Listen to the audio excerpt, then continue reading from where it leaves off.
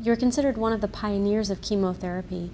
Could you discuss with me what you believe was your most significant research accomplishment to date?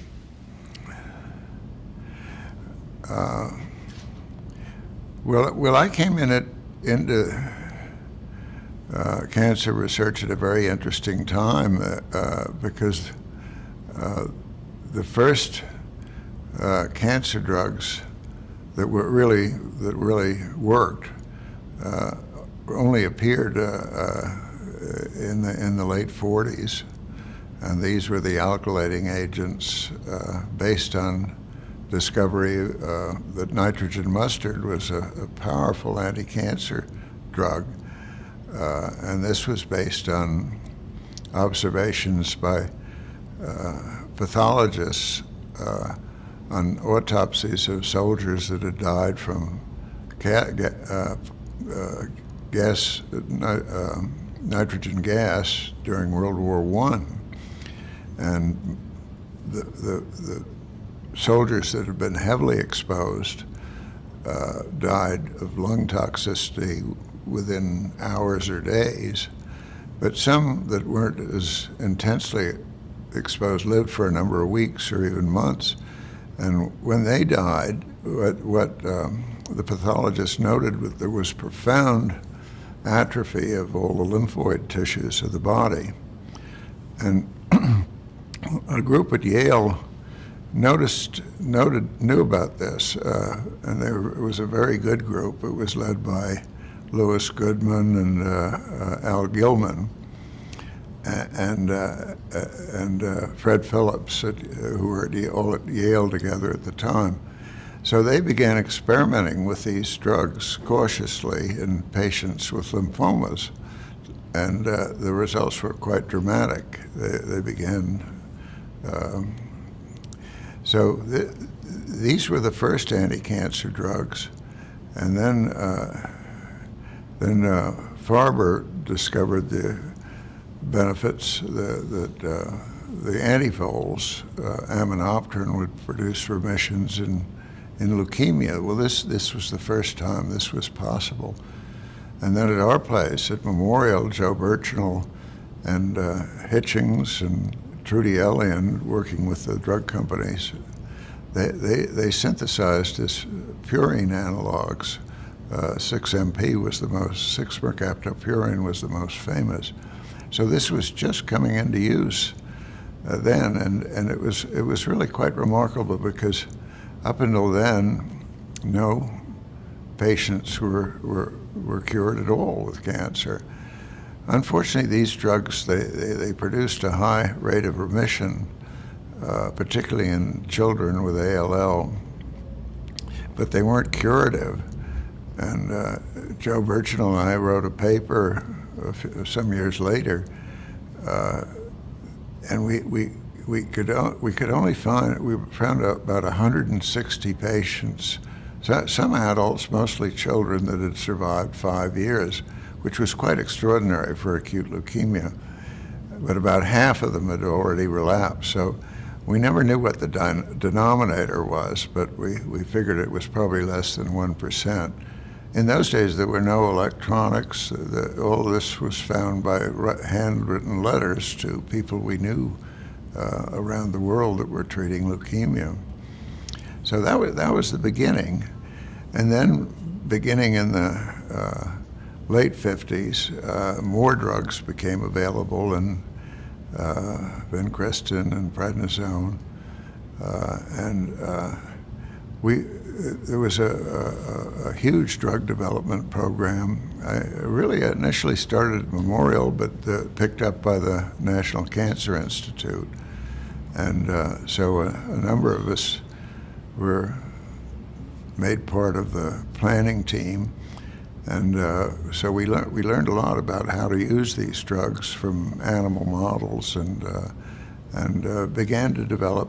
We'd take this back to the clinic and write our protocols, which were much less burdensome in those days. There weren't as many restrictions, and we actually began to cure some patients with tumors that were very sensitive to the drugs. So it was a very exciting time, and this was the first time significant cohorts of patients with lymphomas and some types of leukemia and testicular tumors were actually being cured, and so it was a.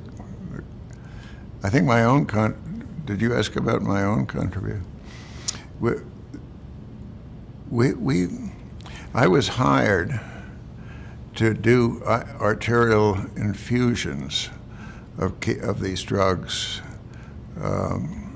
We learned to snake these catheters through the brachial artery, and you could snake it down into the hepatic artery that supplied the liver,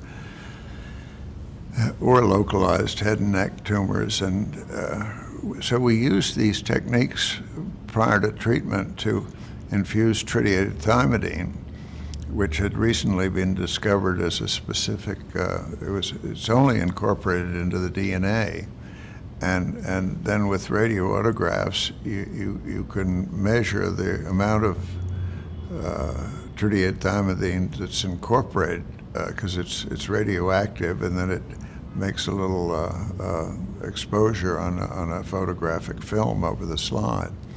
So we became quite skilled with this, and I think we were the only ones that ever really did this.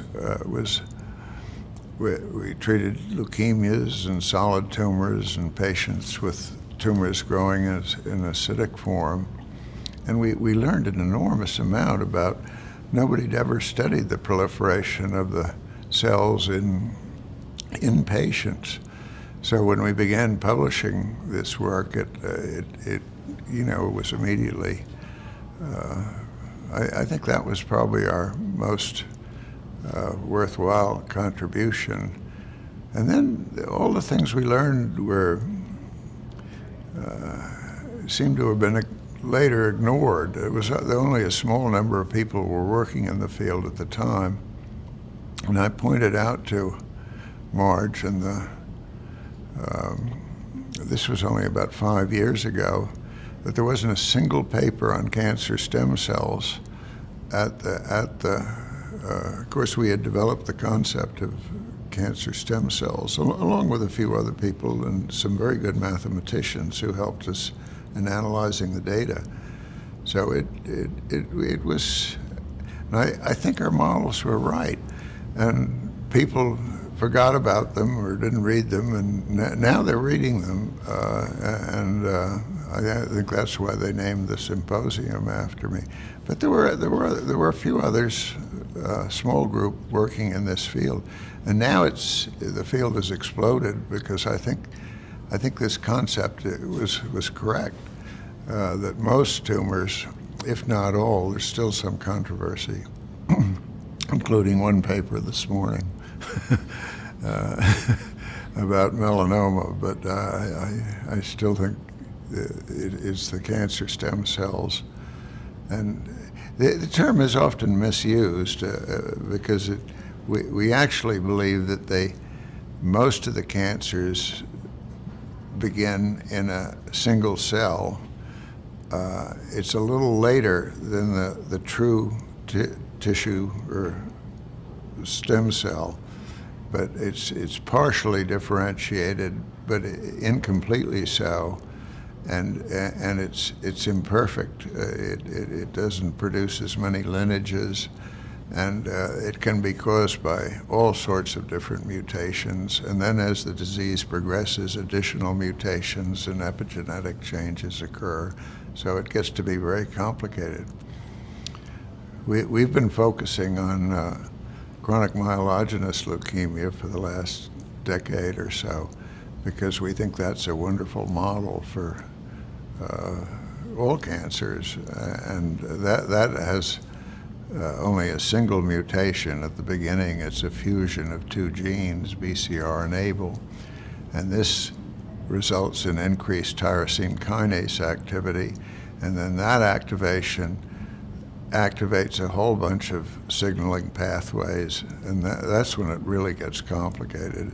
But we know it's due to this single mutation, so it's easier to study than late stage cancers that have multiple secondary and tertiary and quaternary mutations. So I guess cell kinetics is our most important contribution in developing these concepts. And